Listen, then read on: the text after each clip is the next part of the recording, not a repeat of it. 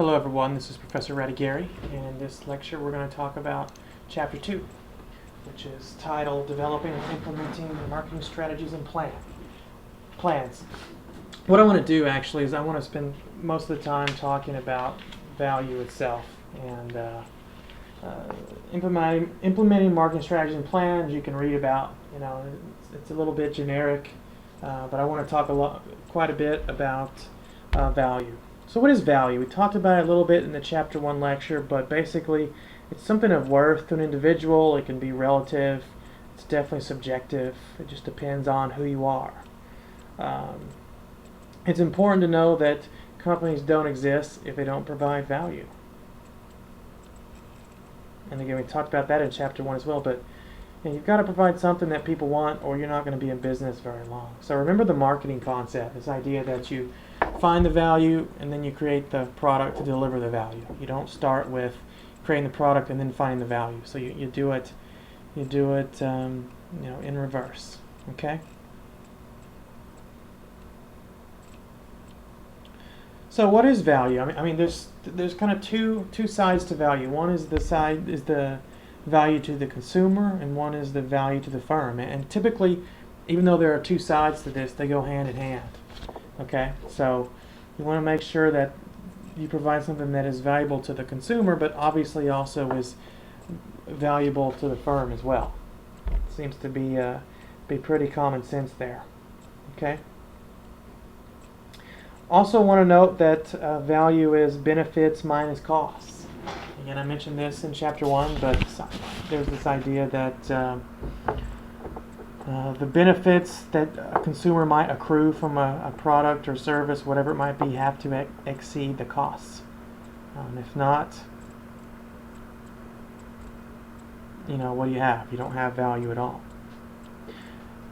Good example, Mercedes-Benz, for example. Benefits derived from Mercedes: luxury, performance, style, image, safety, transportation, things like that. Costs, they're very expensive. There are very few service locations. There may be the social stigma. People think that they're just stuck up and snobby because they drive a Mercedes. Fuel economy, some of the cars are bigger and aren't necessarily the most fuel efficient. So firms must understand the benefits and costs to the consumer. That allows them to best design a strategy to address these, to really focus on the benefits and kind of counter-argue or do something to get around the costs themselves.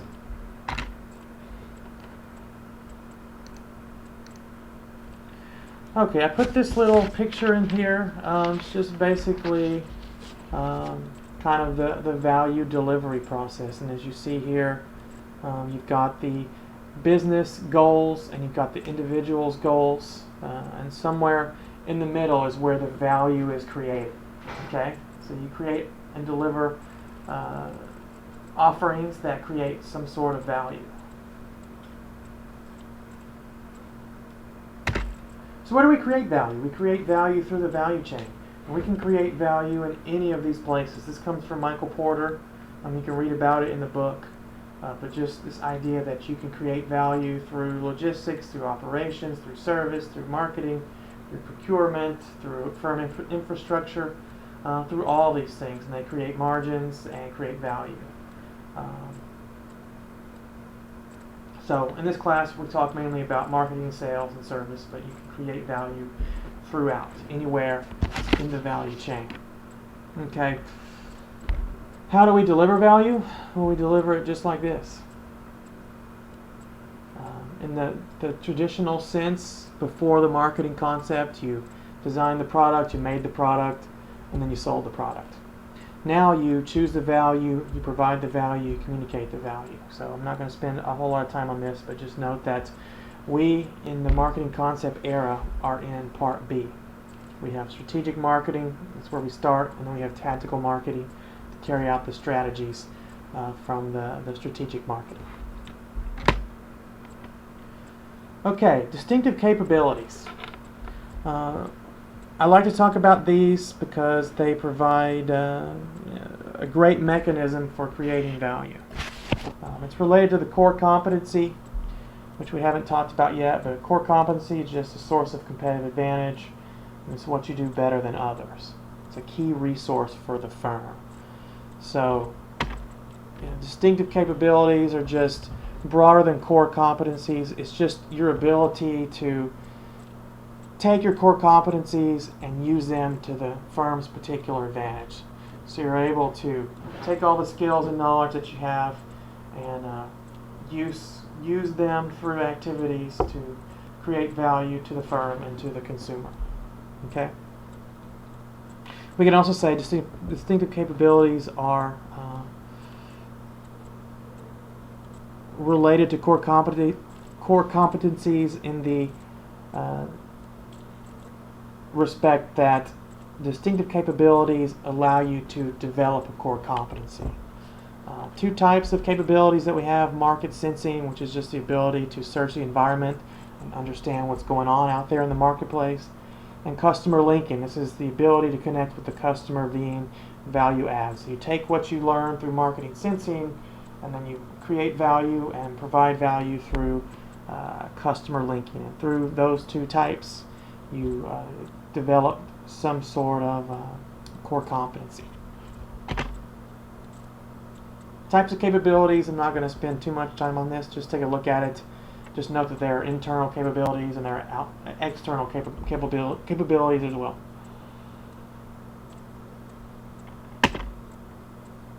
Market sensing, again, this is just the ability for the firm to understand what's going on in the marketplace.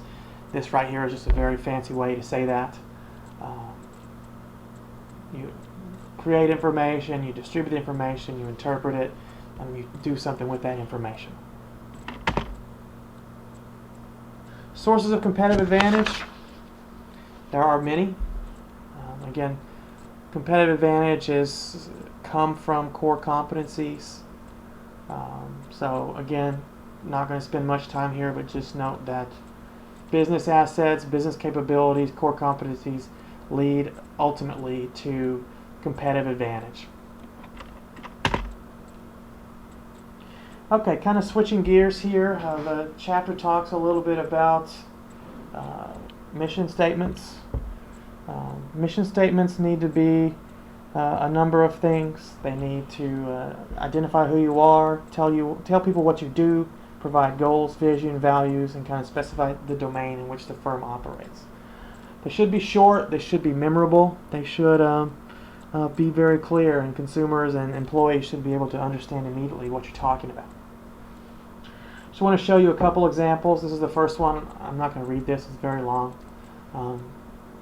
Once you've read it, you can tell that this is for Adidas. It's very broad. It's very memorable, but it's not very short. It's quite long. If you had to memorize this, it would take you a while. So it's pretty long. Then we got Starbucks. Starbucks is even longer. They break it into different categories. This is who they are. This is what they do. Okay? And then finally we have Walmart. We save money so they can live better, so people can live better.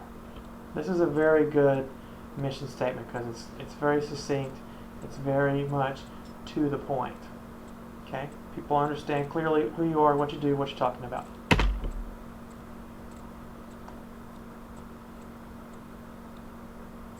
Let's talk a little bit about value in terms of the product itself. But this is a Walkman that actually I owned when I was a child.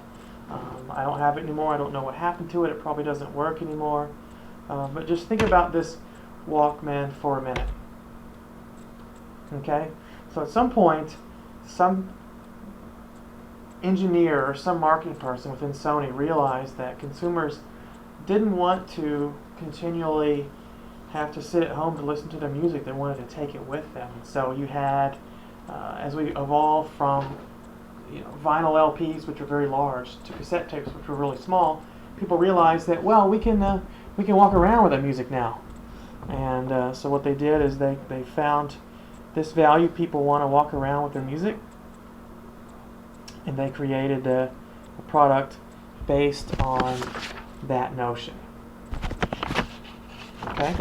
And now clearly we've evolved since that. We went from portable cassette decks to portable mini disc players to portable CD players, now to MP3 players, which are standalone or embedded in phones, and so it's really evolved. But the whole concept of the value delivery process and the value that we are creating and delivering and the needs we are satisfying is the same. It's just evolving over time. So I wanted to show you that picture, take you on a little stroll down memory lane for me. So MP3 players are way better though, aren't they? Okay, the business unit strategic planning process.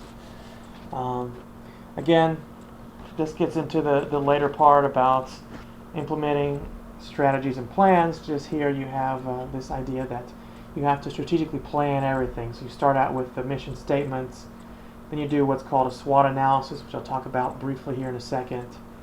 Gives you an idea of what's going on outside and inside the firm. That allows you to create goals.